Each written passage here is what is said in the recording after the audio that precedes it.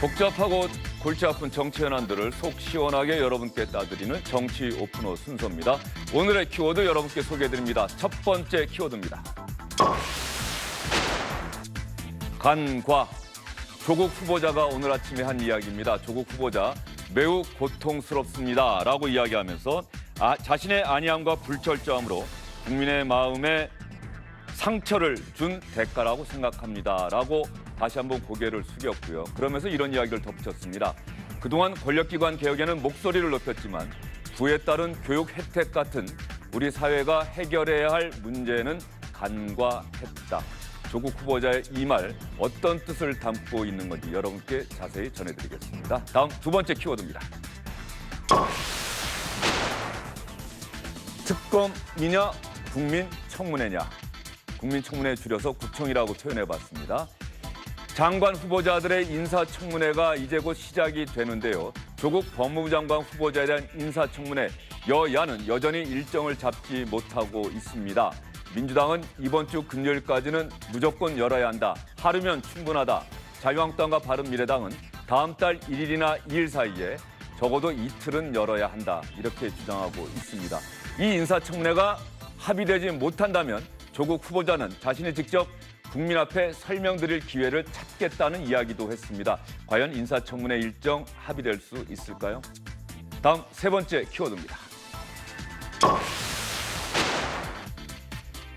여론이 뒤집혔을까요? 뒤집힌 여론. 조국 후보자에 대한 또 조국 후보자와 가족에 관련한 의혹들이 잇따라 제기되면서 조국 후보자를 법무부 장관으로 지명한 것 과연 잘한 것일까라는 여론조사 결과가 지난주에도 나왔었고 지난 주말 또 어제도 나왔습니다. 그런데 지난주 초반에 발표된 여론조사에는 긍정적인 대답이 많았는데 어제와 그제 사이에 발표된 여론조사를 보면 반대한다는 여론이 찬성한다는 여론보다 더 많은 것으로 나타났습니다. 이 여론조사에 과연 어떤 함의가 담겨 있는지도 여러분께 설명해 드리겠습니다.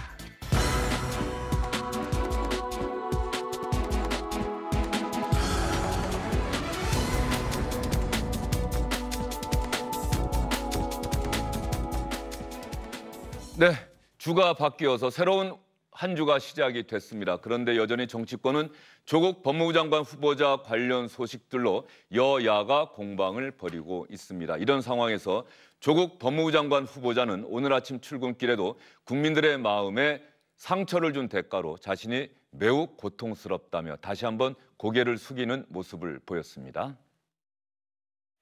저는 현재 깊이 반성하는 마음가짐으로 국회 청문회를 준비하고 있습니다. 많이 고통스럽습니다. 그렇지만 변명하거나 위로를 구하려 들지는 않겠습니다. 저희 안이함과 불철저함으로 인하여 국민들의 마음에 상처를 준 대가라고 생각합니다. 권력기관 개혁에는 목소리를 높였지만 부에 따른 교육 혜택 등 우리 사회가 해결해야 할 다른 중요 문제는 간과했습니다.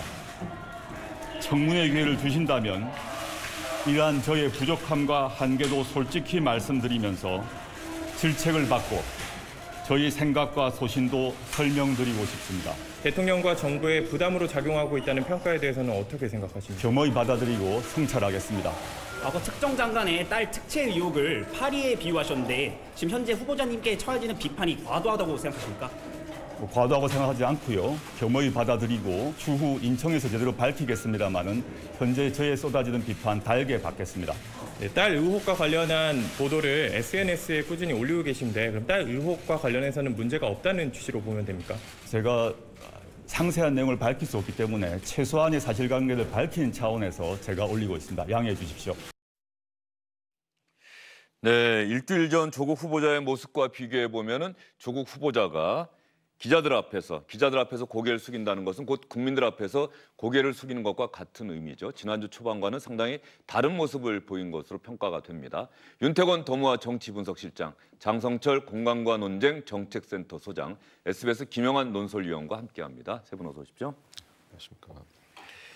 이제는 기자들의 질문에 거의 대부분 대답을 하네요. 김영환 의원. 그렇습니다. 처음에는 본인이 할 메시지만 얘기하고 쭉 걸어 들어가는 경우가 많았는데 지금은 아무래도 본인에 대한 많은 의혹이 제기되고 있으니까 기자들의 질문에 최대한 답변을 하는 것 같습니다.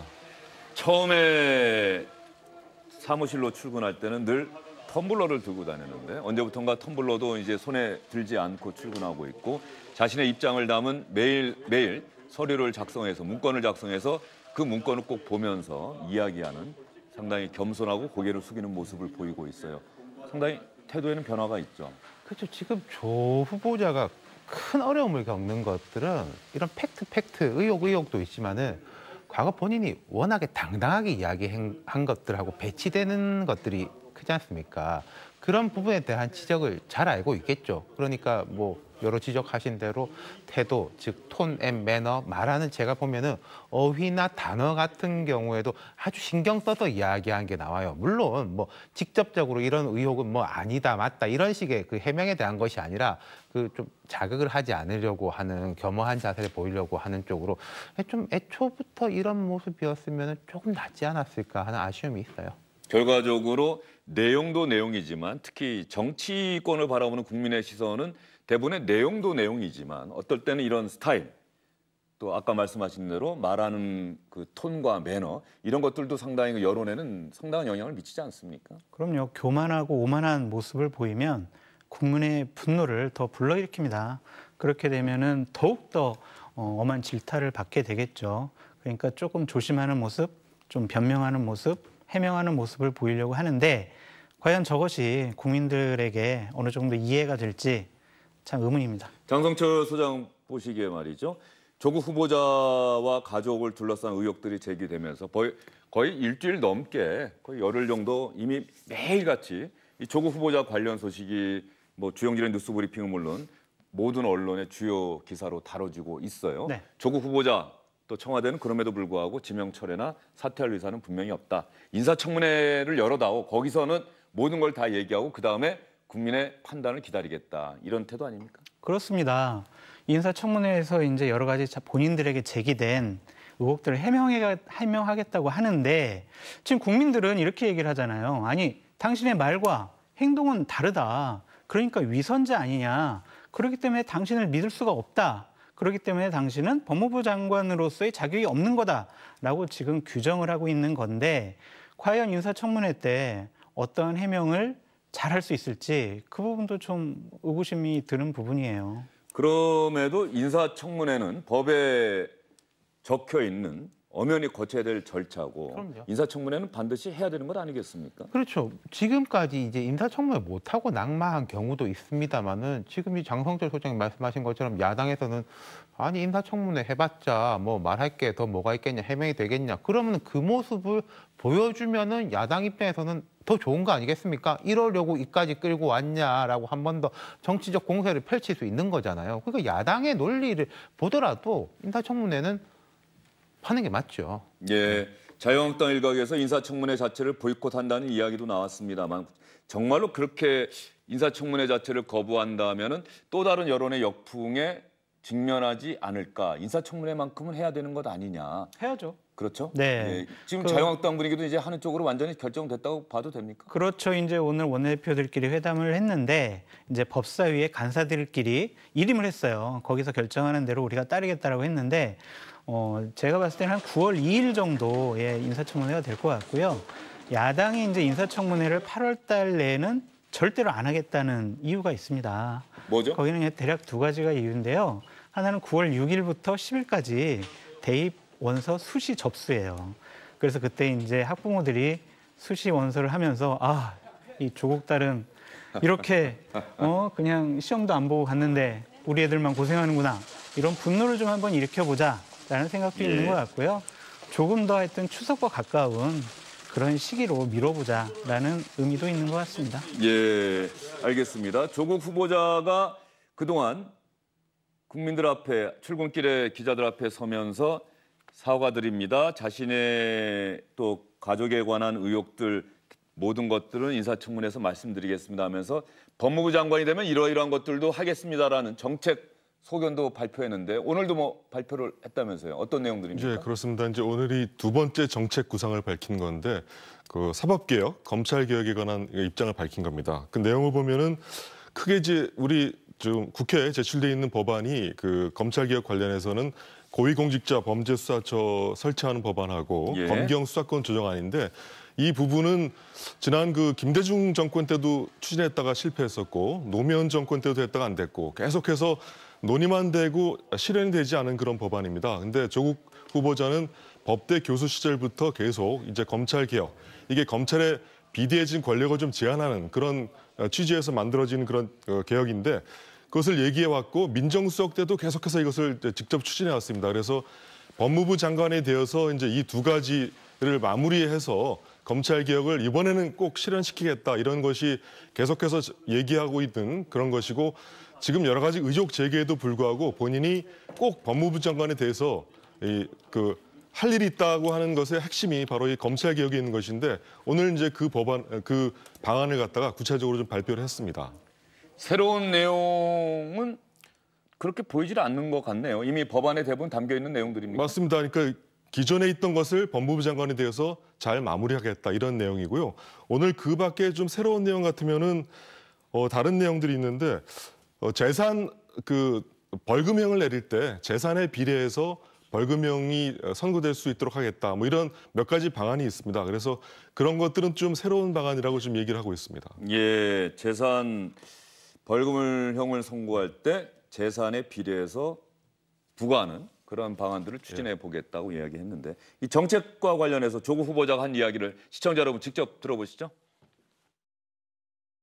잘 아시다시피 2018년 법무부는 고위공직자 범죄수사처 설치를 찬성하고 세부 의견을 제출하였고 법무부와 행안부 두 장관님은 수사권 조정에 관한 합의를 이루어냈습니다. 이러한 이에 기초한 법률안이 만들어져 2019년 4월에는 패스트트랙 법안으로 지정되어 국회에 계류 중입니다. 저는 정부 합의안의 기본 정신을 지키되 열린 마음으로 수사권 조정과 공수처 설치의 법제화가 이번 국회에서 마무리될 수 있도록 적극 지원하겠습니다. 검찰개혁을 완수할 추진력을 얻을 수 있다고 생각하시는 이유는 뭔가요? 검찰개혁이나 법무행정의 개혁은 우리 국민 전체의 연망이라고 생각합니다. 그 점에 지금 저에 대한 따가운 질책 받아 안으면서 이 문제에 대해서 계속 제가 고민하고 추진하도록 노력하겠습니다. 직권 재심 청구, 친권 상실 청구, 검사의 공익적 역할을 강화하겠다는 그런 구상도 내놓았습니다. 검찰이 수사 말고 다른 역할을 다양하게 하는 것이 또 다른 의미의 검찰 권한의 분산이다라는 게 조국 후보자의 소신인 것 같은데요.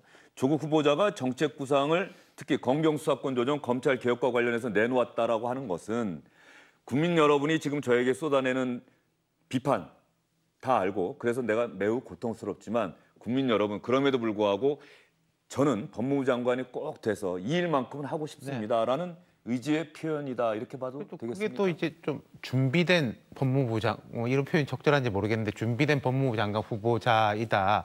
나의 이제 개인적인 지금 흠결과 이런 것에도 불구하고 이것은 준비돼 있다라는 거는 이것은 지금은 말하자면은 반대층이라든지 유보층이 아니라 지지층에다가 대고 하는 이야기라고 보는 게 맞겠죠. 그리고 이제 국민들이 모르는 것을 가르쳐 주는 게 아니라 나 이렇게 준비돼 있으면 알고 있는 것을 재확인시켜 주는 거죠.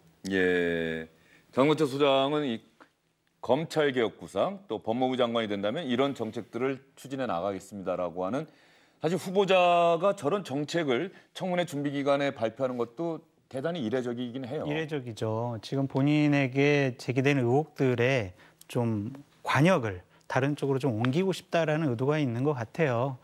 그런데 저런 모습은 지금 조국 후보자에 대해서 상당한 의혹을 제기하고 있는 국민, 그다음에 야당, 언론에 대한 모욕이라고 생각을 합니다.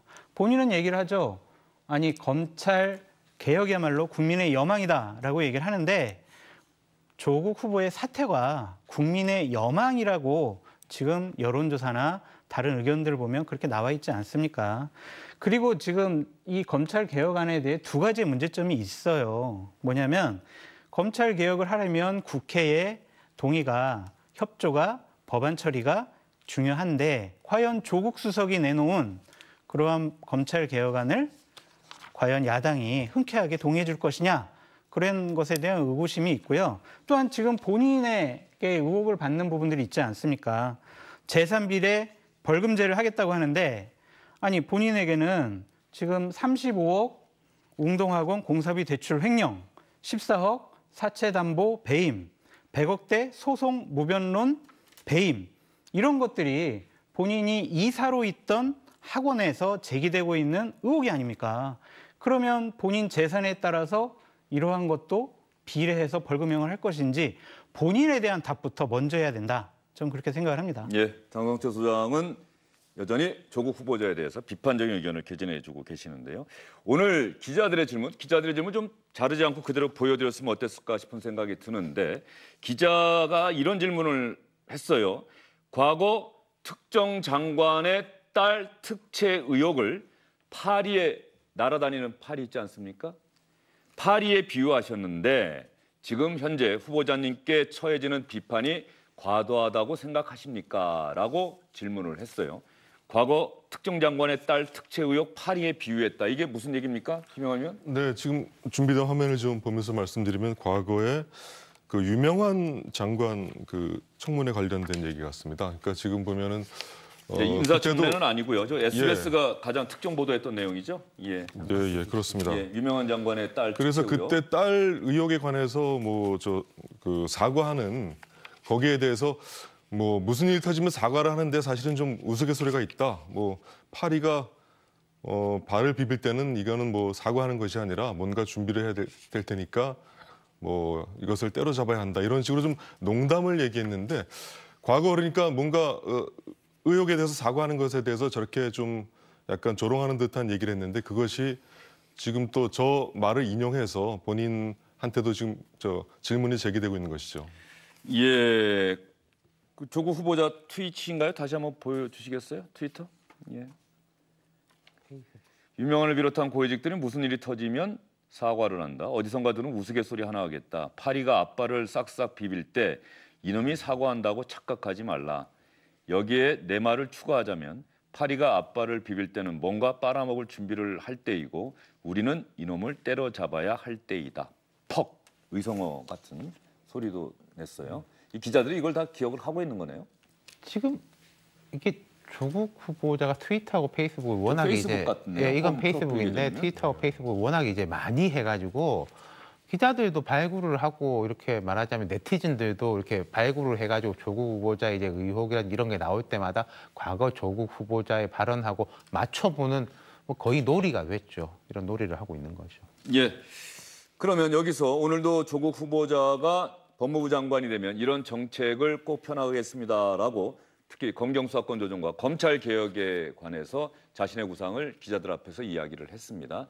며칠 전에도 법무부 장관이 되면 이런 정책 구상 펴겠습니다라고 한번 얘기한 적이 있습니다. SBS 8시 뉴스에서 조국 후보자가 처음으로 내놓았던 법무부 장관으로서의 정책 구상, 거기에 대해서 조국 후보자가 과거에 했던 이야기, 과거의 소신과 이번에 내놓은 정책 구상 사이에 괴리는 없는 것인지를 한번 평가하고 검증하는 뉴스 리포트물을 만들었습니다. 보신 분도 계시겠습니다만 못 보신 분들 위해서 주영진 뉴스 브리핑에서 같이 함께 공유하는 시간을 갖도록 하겠습니다. 조국 후보자가 출근길에 내놓은 정책 공약과 발언 몇 가지 짚어보겠습니다. 먼저 지난 20일 발표한 정책 공약, 폭력을 사용한 집회 시위의 자유에 법으로 대응하겠다 이렇게 말했습니다. 우리 사회는 집회 시위의 자유가 이미 보장되고 있으니 폭력이 따르면 엄정 대처하겠다는 겁니다. 그런데 지난 2009년 한 라디오 인터뷰에서 밝힌 소신은 많이 다릅니다. 이명박 정부가 도심 대규모 집회를 불허하겠다고 밝혔을 텐데요. 폭력은 집회 주체가 자율적으로 규율해야 한다. 집회의 자유를 폭넓게 보장해야 폭력 시위가 줄어든다. 집회를 폭력과 연관짓는 것은 주로 보수 진영의 논리였던 점에서 집회의 자유를 강조했던 과거의 조 후보자와는 달라진 것 아니냐 이런 비판이 나옵니다. 조 후보자는 또 딸 부정 입학 의혹은 명백한 가짜 뉴스라며 검증 보도에 불쾌감을 드러냈습니다. 그런데 2012년 후보자가 쓴 논문을 보면요. 민주주의 사회에서 공적 인물은 항상 비판과 검증의 대상이다. 부분적 오류나 허위가 있어도 공직 후보자 검증을 억제하는 건 민주주의 원칙에 반한다. 공적 인물에 대한 검증이 폭넓게 허용되는 게 바람직하다고 주장했습니다. 정신질환자가 저지르는 범죄를 줄이겠다. 이 정책 공약에 대한 소신도 살펴보겠습니다. 조 후보자는 범죄를 반복하는 정신질환자에 의한 범죄 피해 증가 이렇게 표현했습니다. 우선 사실과 다릅니다. 정신질환자 범죄율, 전체 인구 범죄율보다 훨씬 낮고요.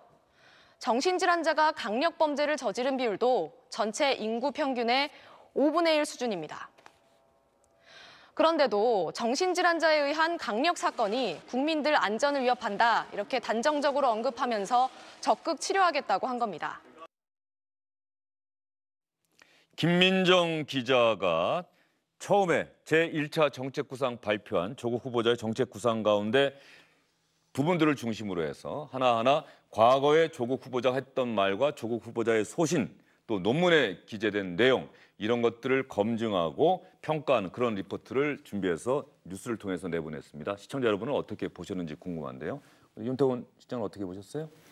저건 이제 두 가지가 있는 것 같아요. 조국 수석이 이제 민정수석으로 일을 이제 2년 이상 했지 않습니까? 네. 그리고 또 이번 청와대는 그 청와대 청원이 있지 않습니까?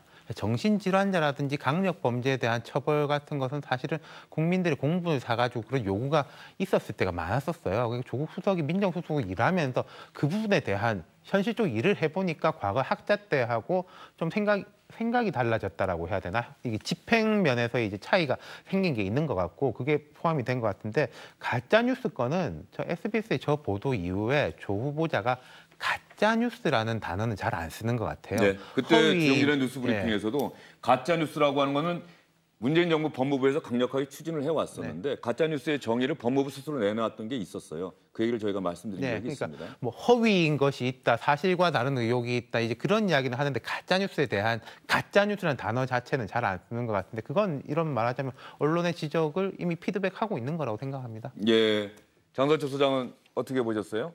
그러니까 저렇게 말한 저것도 것과 일종의 하나의 네. 검증이라고 볼 수 있는 거죠. 그럼요. 예. 제 검증인데 여태까지 많은 부분들에 대해서 예전에 했던 말과 본인의 지금 행동이 달라지지 않습니까? 그러니까 그런 것이기 때문에 이분이 저렇게 말과 소신을 바꾸는 부분에 대해서 이제 좀 놀랍지 않다라는 생각이 들고요. 저런 내용을 다시 한번 확인해 보니까 정말 법무부 장관으로서는 부적격하다라는 생각이 듭니다. 예. 장성철 소장은 여전히 부적격이다. 윤태곤 실장은 어떻게 생각하세요? 지금까지 이제 충분히 많은 의혹들이 제기돼왔고 조국 후보자의 이야기도 있었고 청와대 측의 입장 발표도 있었어요. 윤태곤 실장 생각은 어떻습니까? 적격인지 부적격인지요? 장성철 소장이 개인적인 의견을 말씀해 주셨기 때문에 윤태곤 실장은 어떻게 생각하는지. 참 어렵습니다. 이런 질문 많이 받는데 저는 이게 대답을 항상 피했거든요. 저는 이걸 해석하는 사람이지 내가 판단 내리는 사람은 아니다 이런 말을 했는데 흔히 이제 전문성, 도덕성 그리고 코드라든지 성향 이렇게 세 가지 지점에서 검증이 진행이 되는데 조 후보자에 앞서서 이제 검증했던 거 민정수석 때 학자 때 생각이 달라진 거 이런 것이 이제 전문성의 부분인데 이분이 전문성이 떨어져서 일 못한다라고 지적하는 경우는 거의 없는 것 같아요. 야권에서도 그러하고 네. 그리고 이제 코드 부분. 대통령 가깝다라는 게 비판거리기도 하지만 그건 강력한 힘이기도 하고 일을 해나가는데 저는 그것도 별 문제는 없다고 생각하고 결국은 이제 도덕성에 대한 문제인데 이건 합법 불법으로 가릴 것은 아니고 결국 이제 국민들이 여론이 어떻게 판단하느냐인데 지금은 되게 안 좋죠 사실. 근데 저는 이제 국민들이 아까 저는 이 부분은 국민들도 생각하고 계시다고 생각해요. 지금 화가 나 있는데 청문회까지 한번 보고 내 최종적으로 결정하겠다라는 비중이 상당히 높은 것 같거든요. 저는 청문회에서 그 조 후보자나 여권이 그렇게 뭘 안심하고 있을 수 없다고 생각합니다. 근데 이번 청문회에서 정말로 지금 같은 식으로 진행이 된다면은 모르겠습니다. 그래도 문 대통령이 임명을 하겠다면 법적으로 하는 건데 그럼 더 많이 돌아설 것 같습니다. 저도 그때는 판단이 많이 바뀔 것 같고요. 제가 한 말씀만 더 드릴게요. 이 조국 후보자에 대한 문제는요.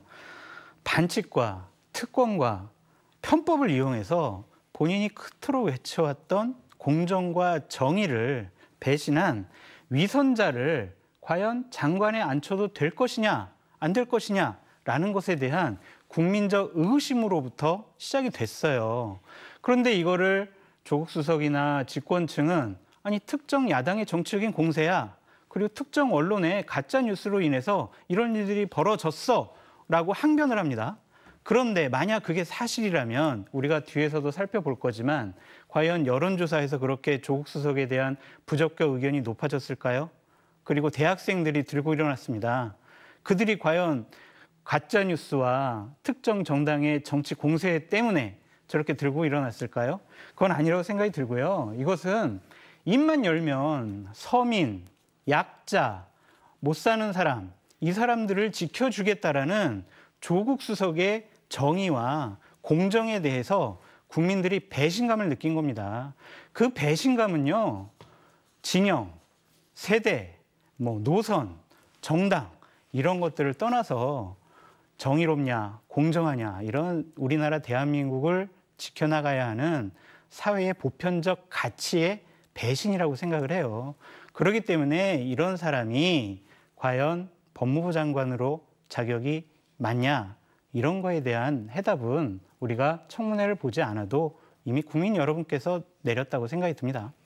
장서철 소장이 말씀하신 건 이제 장서철 소장의 개인 의견이다 이렇게 볼 수가 있겠고요. 지금 두 분이 하신 말씀을 그동안 SNS나 각종 기사 또 언론 사이트들 들어가서 들여다 보면은 지금 두 분이 하신 말씀이 다 들어가 있어요. 이미 지금까지 제기된 의혹만으로도 조국 후보자는 장관될 자격이 없다라고 얘기하시는 분들도 있고 지금 제기되고 있는 의혹들이 모두 다 확실하게 근거가 있는 것으로 과연 밝혀진 것들이 있느냐. 법적으로 어떠한 문제가 있는지도 아직까지는 제대로 밝혀지지 않았다. 이것까지 평가하려면 인사청문회 해야 되는 것 아니냐. 그리고 조국 후보자만큼 이 정부의 검찰개혁 이런 공약을 지켜낼 만한 적임자가 누가 있겠느냐.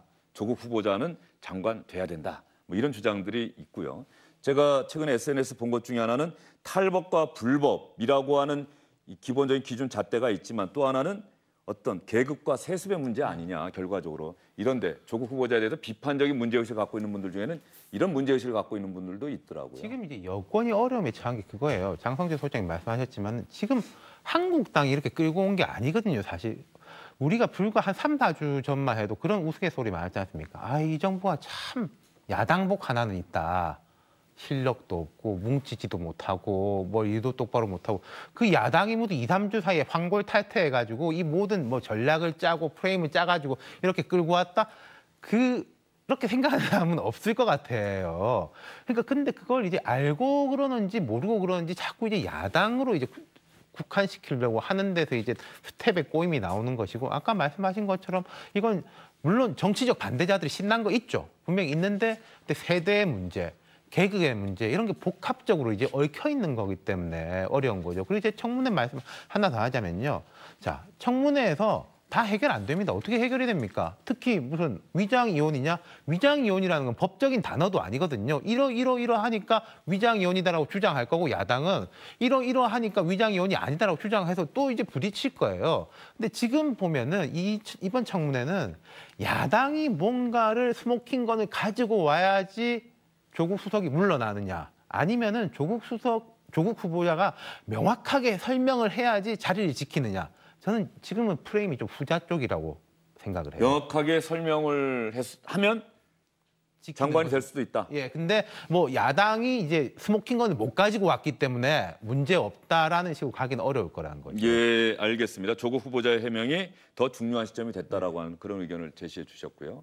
그러면 조국 후보자에 관해서 지난주의 여론과 이번 주의 여론이 과연 얼마만큼 바뀌었는지 최근에 어제와 그제 나왔던 여론조사, 특히 그제 나온 여론조사는 그 일주일 전에도 있었던 것 같은데 김영환 위원께서 좀 설명을 해주세요. 얼마나 바뀌었는지. 네, 좀 표를 보면서 설명해드리겠습니다. 점점 여론조사 저희가 준비된 거 한번 보여주시죠. 여론이 점점 이제 악화되는 쪽으로 변화하고 있는데요. 지금 저게 오늘 조간에 나온 중앙일보 조사인데 여기 보면 반대가 60%가 넘습니다. 그리고 찬성이 27%. 그래서 굉장히 반대가 이제 확실히 찬성의 2배를 넘는 그런 여론조사가 오늘 중앙일보 조사입니다. 중앙일보는 그 일주일 전이나 열흘 전에 나왔던 조사는 없었던 거죠? 네. 최근에 오늘 아침 조간에서 처음으로 보도한 내용. 정기적으로 조사하는 것 같지는 않고요. 지금 시점에서의 여론의 흐름은 이렇게 나왔다고 중앙일보가 보도를 한 거고요. 예, 근데 여러 가지 조사가 있는데 또 다른 조사 한번 또 보겠습니다. 예. 이거는 이제 한국 KBS가 리서치네요. 예. 한국 리서치에 의뢰한 것인데 여기에 보면은 부적합이 48%, 적합이 18%에서 이것도 2배가 넘습니다. 근데 여기서 보면은 중앙과 좀 다른 것은 판단 유보가 34%가 있다는 건데요. 이게 이 KBS 조사는 한 주 전에도 했는데 그때는 이거는 지난 토요일 예, 이틀 이건 전에 이틀 전에 나온 최근이고, 겁니까? 가장 이틀 전에 최근. 나온 거죠? 이틀 전에? 그렇습니다. 예. 근데 이 조사는 한 주 전에도 있는데 그때는 적합이 부적합보다 좀 많았습니다. 그래서 한 주 만에 이렇게 적합하고 부적합하게 이제 바뀐 건데 저기서 42% 적절하다고 응답한 숫자가 이제 부적절, 그다음에 판단 유보로 바뀌어서 지금은 이번 주 조사는 18% 이렇게 이제 고쳐진 것이죠. 그래서 상당수가 지금 그동안에 적합하다고 얘기했던 분들이 추가적인 의혹 제기를 보고서 부적합으로 태도를 바꾸거나 아니면은 인사청문회를 보면서 판단하겠다, 판단 유보로 돌아선 것으로 그렇게 보입니다. 예, 중앙일보 조국 후보자 반대한다는 게 60.2%나 나왔는데 말이죠. 찬성이 27.2%에 그쳤고요. 여기에 구체적으로 어떤 게 가장 큰 문제냐 이런 부분에 대한 질문도 있었습니다. 후보자를 둘러싼 의혹 가운데 가장 문제가 되는 사안은 딸의 고교 시절 논문 공저, 제1저자로 등재된 단국대 의과학연구소 논문이죠.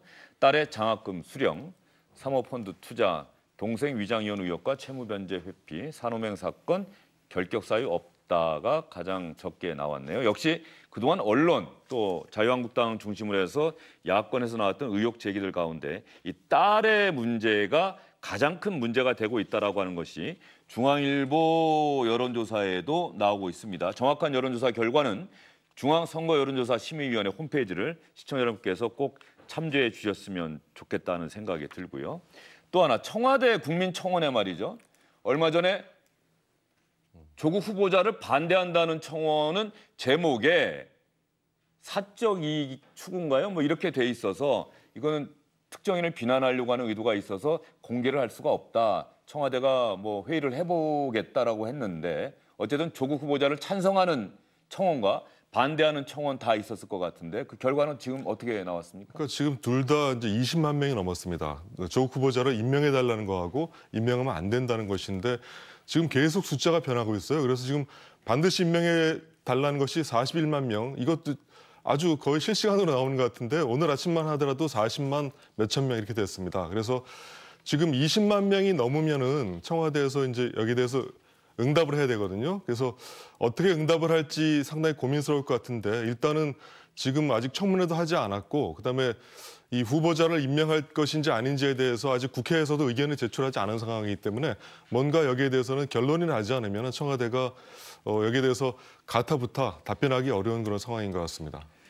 조국 후보자 문제 놓고서 말이죠. SNS상에서 일종의 뭐 대리전이라고 할까요? 아니면은 이제 좀 잘 알려진 분들도 자신의 개인적인 의견을 제가 아까 두 분께도 뭐 의견을 물어봤습니다. 장서철 수장께는 안 물어봤는데 먼저 말씀하셨고 윤태곤 실장은 제가 여쭤보니까 말씀을 하셨는데 조금 유보적으로 인사청문회까지는 좀 봐야 되는 것 아니냐 이런 의견을 말씀해 주셨는데 유명하신 분들이 자신의 의견을 SNS나 이런 것들을 통해서 지금 밝히고 있는데 조국 후보자를 먼저 지지하는 분들 얘기 들어볼까요? 이회수 작가 상당히 유명하신 분 아닙니까? 이명박, 박근혜 정부 시절 부정부패에 비하면 조족지혈이다. 이재정 경기도 교육감은 저게 좀 잘못된 팩트를 갖고 옹호하는 글을 썼다고 해서 이재정 교육감이 오히려 더 큰 비판을 받긴 했는데 어쨌든 이재정 교육감도 예전에 통일부 장관, 참여정부 때 통일부 장관 지냈던 거죠. 조국 딸 에세이로 써서 보고서 제출. 이게 논문이라면 당연히 제일 저자. 에세이와 그 SCI급 논문을 구별하지 못했다. 교육감이 이런 비판을 받았는데 어쨌든 조국 후보자를 지지하는 그런 글을 썼고요. 우석훈 내가 꿈꾸는 나라 공동대표. 이분 누군지 아십니까? 88만 원 세대의 저자라고 하시는 거죠? 네, 공저자.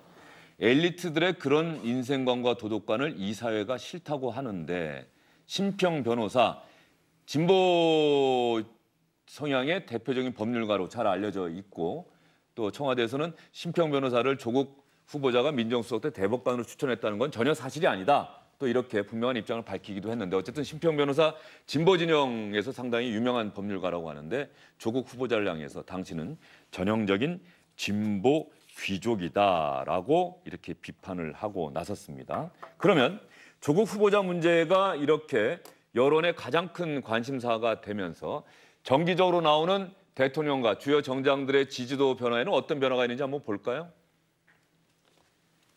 문재인 대통령 국정수행 평가 일주일 전보다 긍정은 3.2%포인트 떨어졌고요. 부정평가는 4.1%포인트 더 많이 나왔습니다. 그러면 저걸 일종의 데드크로스라고 하는 거죠? 예, 그렇죠. 윤정훈 시장? 예, 긍정이 바뀐 거죠. 지난주보다 그러면 43대 긍정은 49였고 49대 46에서 예. 이제 46대 50으로 바뀐 거죠. 이걸 보면요. 안 좋죠. 안 좋은데 이 정도는 있긴 있었어요. 그동안 안 좋은 이 현 정부 들어와서 2년 3개월 됐는데 한 4번, 5번의 고비 때는 이 정도로 갔다가 더 떨어지진 않고 또 이렇게 올라가서 이제 한 40대 후반, 중후반에서 50대 초반 이렇게 왔다 갔다 하는 게 한 지난 1년의 흐름이었는데 여기서 더 빠지면 좀 이례적인 흐름이 되는 거죠. 예. 정당 지지도는 어떻게 나왔습니까? 김영환 의원. 정당 지지도는요? 정당 지지도 변화가 좀 있었는데요. 민주당 경우는 이제 2.3%포인트 빠졌고 한국당이 좀 올랐습니다. 그래서 오랜만에 30%가 넘는 그런 숫자가 나왔습니다.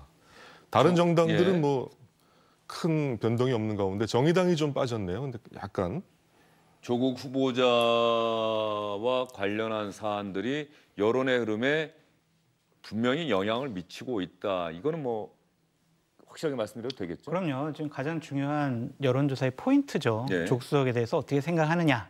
그것에 대해서 각 정당은 어떻게 지금 행동을 하고 있느냐. 그걸 보고 지금 판단하는 것 같은데 결국에서는 앵커께서도 잘 아시겠지만 그 민심을 이기는 권력은 없어요. 그렇기 때문에 이 국민들의 뜻과 생각이 어느 포인트에 가 있는지 그거를 청와대와 집권 여당이 좀 확실하게 좀 정확하게 판단을 해줬으면 좋겠고요. 억지를 부리면 안 됩니다. 억지를 부리면은 민심을 거스르게 돼요. 그러면은 우리 지난 정권 때 봐왔잖아요. 이 집권 세력이 비상식적이고 비합리적인 판단과 결정을 했을 때 얼마나 국민들이 분노하고 거리에 나와서 정의를 외쳤는지 그걸 눈으로 똑똑히 봐왔습니다. 그 국민들이요. 민주당 편도 아니고 지금 청와대 편도 아닙니다. 이 대한민국 편이지 이분들이 어떤 특정한 정당 편이 아니거든요. 그렇기 때문에 민심을 잘 살펴주길 바랍니다. 예. 지난 주말에 자유한국당이 장외 집회 열었죠? 지난주 토요일에 열었습니다. 예. 네. 거기에서도 결국은 조국 후보자 얘기를 가장 많이 했을 것 같은데 그렇습니다. 어느 정도 인원이나 모였고 어떤 이야기들이 나왔습니까? 예, 지금 나온 거 본데 상당히 많이 모였다고 하고요. 한국당 주장으로는 한 10만 명 그렇게 얘기를 하고 있습니다. 원래 장애 집회를 한다고 장애 투쟁한다고 할 때 별로 명분이 없다. 왜 하느냐라는 그런 의견들이 많았었는데 이번에 마침 또 조국 후보자 이 청문회가 생기면서 오히려 이 장애 집회의 어떤 말할 거리를 만들어주는 뭐 그런 상황이 됐습니다. 지금 보면은 그 뭐 20, 30대 청년들도 뭐 예상보다 좀 많이 나왔다고 하고요. 그리고 여기에서 뭐 청년이 자유한국당 이렇게 얘기하는 거죠? 실제로 그렇습니다. 우리 취재 기자들도 그렇게 이야기를 하고 있습니까? 그거는 뭐 정확히 뭐 숫자로 나타나거나 이렇게 할 수는 없지만은 20, 30대가 생각보다 많았다는 그런 뭐 기사들은 좀 있는 것 같습니다. 뭐 지금 정확히 자막이 확인돼야 나오네요. 되겠지만요. 예, 자막이. 예. 그리고 여기에서 뭐 나온 얘기들 가지고 또 논란이 좀 벌어지기도 했죠. 뭐 청년 대표가 나와서 얘기했는데 거기에 대해서 한 언론인이 또 비판하는 글을 실었다가 그게 논란이 돼가지고 내리기도 하는 그런 사건도 있었죠. 그 한국당은 이제 여기 나왔는데 예, 이 얘기는 뭐 그렇습니다. 저희 2부에서 다시 또 한번 할 기회가 있을 것 같으니까요. 예. 어쨌든 자유한국당 집회에 상당히 많은 인원이 모였는데 특히 젊은 세대들이 많이 모였다. 그래서 우리도 어리둥절했다라고 자유한국당 측에서는 이야기를 하고 있다. 자유한국당 입장에서는 장외 집회에 대해서 상당한 비판 의견들이 많았었는데 이 조국 후보자를 둘러싼 의혹이 더 계속해서 제기가 되면서 자유한국당 입장에서는 황교안 대표 입장에서는 조금 부담을 던 듯한 그런 장외 집회가 됐겠네요. 그렇죠. 결론적으로 보면 조국 후보자가 도와줬다라는 이런 얘기를 많이 하고요. 당내에서 의원들이 보통 저런 장외 집회를 하면 뭐 이런 장외 집회 우리가 왜 하냐 막 이런 얘기를 많이 하는데 이번에는 그런 얘기가 전혀 없었답니다. 그리고 또 황교안 대표가 경쟁자였던 김진태, 오세훈 후보에게 직접 전화를 해서 와서 좀 연설을 해달라 이런 부분도 당내 화합 이런 부분에서는 아주 좋은 평가를 받았다고 하고요.